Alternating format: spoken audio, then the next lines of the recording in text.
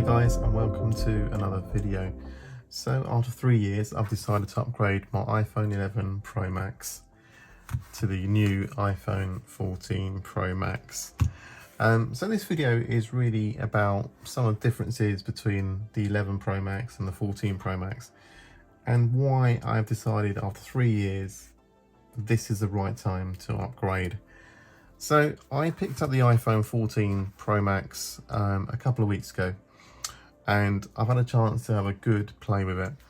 Now, one of the key reasons why I decided to upgrade my iPhone 11 Pro Max is because the battery life was basically going. So instead of getting a whole day's battery life as I've been used to, in the last 6 months I've been getting around about 7 hours or 6 hours sometimes, depending on how much I use it, and that was becoming a real pain, especially you get to about 6 o'clock in the evening and your battery's at 10% and you're having to plug it into a charger to charge it. And yes, I know I could have gone to Apple and upgraded the battery, but I thought to myself, 3 years, it's probably the right time to upgrade to the new iPhone 14 Pro Max. Now, I decided to trade this in. So this is going back to the shop, and it's being traded in for £350.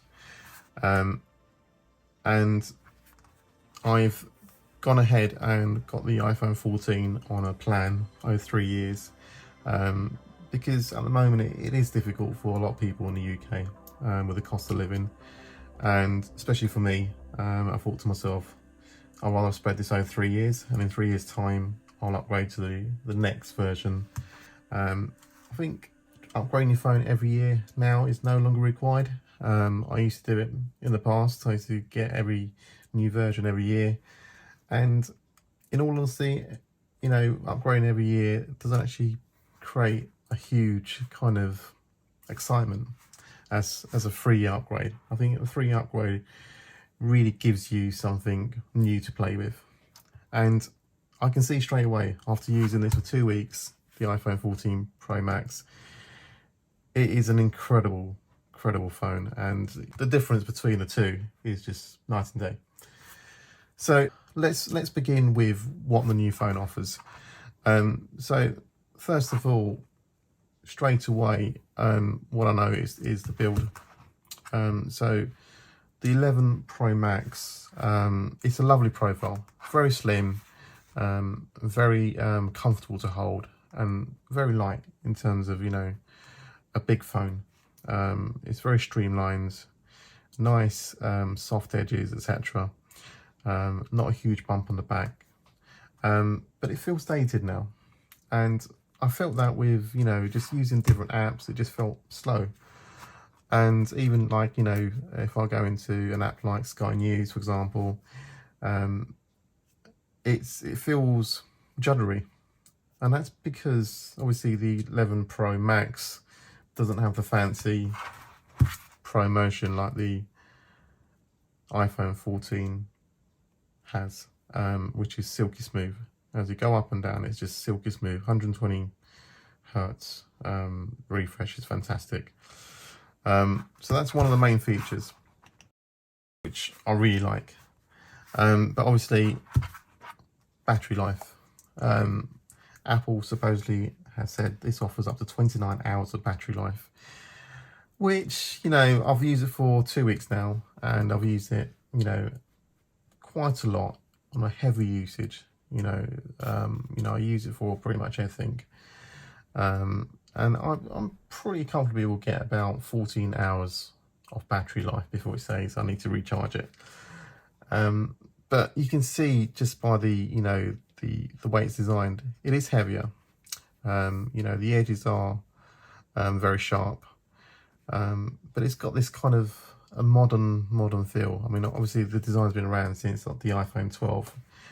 So for me, it's like a kind of it looks very different from the iPhone 11. One of the key differences obviously is the huge camera bump on the back. You've got massive tri lenses, which are basically, I'll say, twice the size of the iPhone 11 Pro Max, both in height and width. And obviously, when you put it down on the table without a case, it does tend to kind of float about a little bit compared to the iPhone 11 Pro Max. But it's also a lot heavier, and that's because the battery is bigger. And not only that, the screen size is bigger. The screen size on the iPhone 14 Pro Max is 6.7 inch, and it's based on a Super Retina XDR OLED display, so it's brighter and clearer, etc. Whereas the Pro Max 11 is 6.5 inches with the old Super Retina OLED display.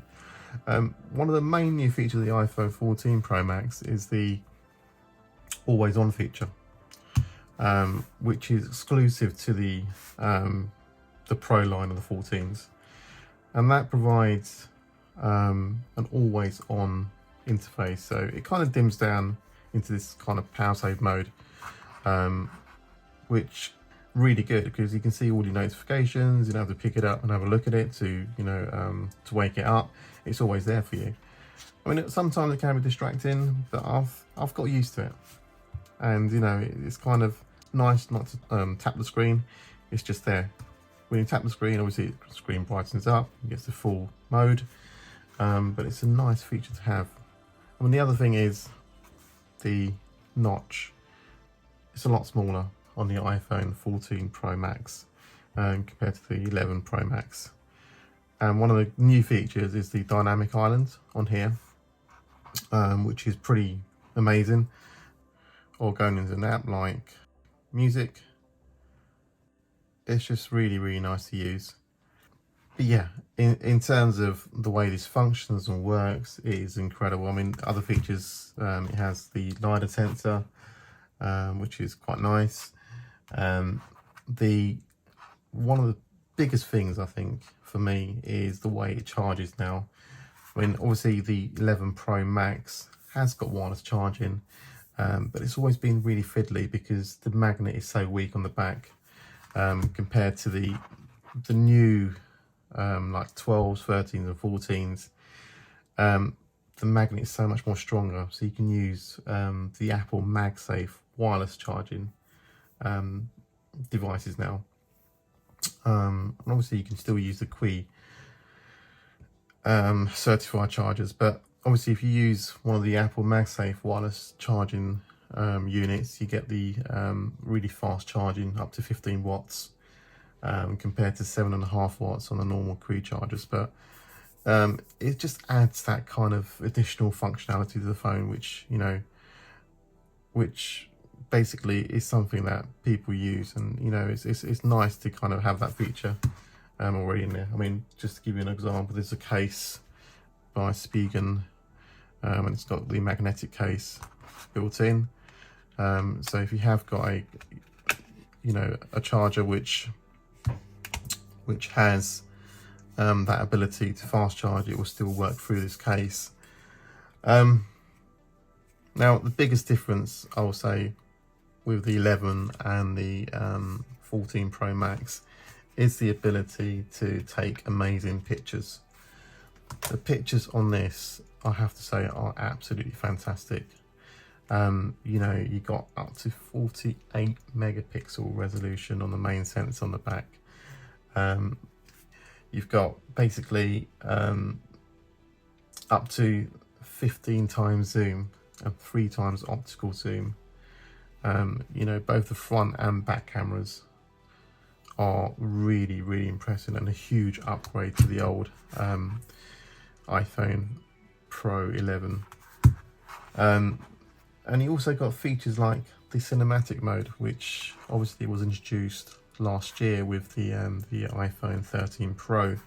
Obviously the 11 Pro never had that feature.